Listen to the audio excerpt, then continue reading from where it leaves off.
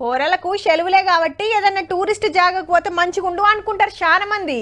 Tour అంటే దేశం మీది బాజుకో అటు జమ్మూ కాశ్మీర్కో హిమాచల్ ప్రదేశ్కో ఊటీ కొడైకెనాల్కో ప్లాన్ లేస్తుంటారు. గంత దూరం ఏం పోతాం, అసలే పరిస్థితి మంచిగా లేదు అనుకున్నోళ్ళు మన తాన్నే ఏం జాగాలు ఉన్నాయో ఆలోచన చేస్తుంటారు.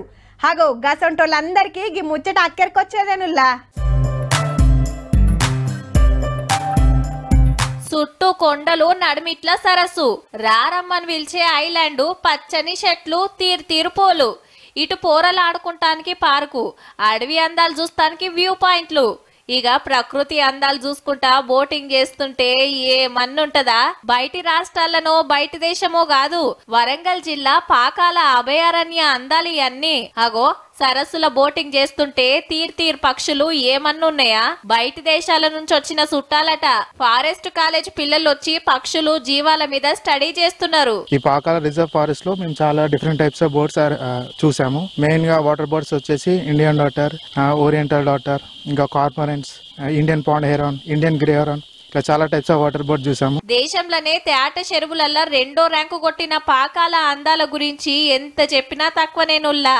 బోటింగ్ గానీ బర్డ్స్ గానీ నేచర్ లవర్స్ కి చాలా యూజ్ అవుతుంది ప్లేస్. ఇంకా డెవలప్ చేస్తే ఇంకా బాగుంటది ప్లేస్. శనారం ఆయతారం వచ్చిందంటే జిబజిబా ఉంటది.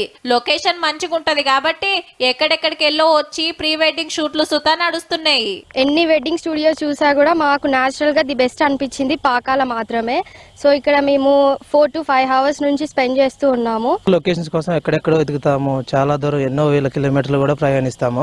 ఇక్కడ లొకేషన్ అయితే చాలా అద్భుతంగా ఉంది. లైక్ ఫారిన్ కంట్రీస్ లో ఉన్న లొకేషన్ లెక్క ఉంది. పోరలు ఆడుకునే సౌలతులు, చెరువుకు 2 కిలోమీటర్ల దూరంలో కాలేజీ సౌలతి సుతా ఉన్నది కాబట్టి సెలవులల్లో చాలా మందే వస్తుర్రు. ఫ్రైడే సాటర్డేస్ అంటే జనాలు బాగా వస్తుంటారు. డైలీ ఒక 200-300 అన్న అట్లా బోటింగ్ కి వస్తున్నారు ప్రస్తుతానికి అయితే. అడవి జీవాలు, ప్రకృతి అందాలు చూడాలని కాయిషున్నోళ్ళు పాకాలకు పోయిరాండ్రి మరి.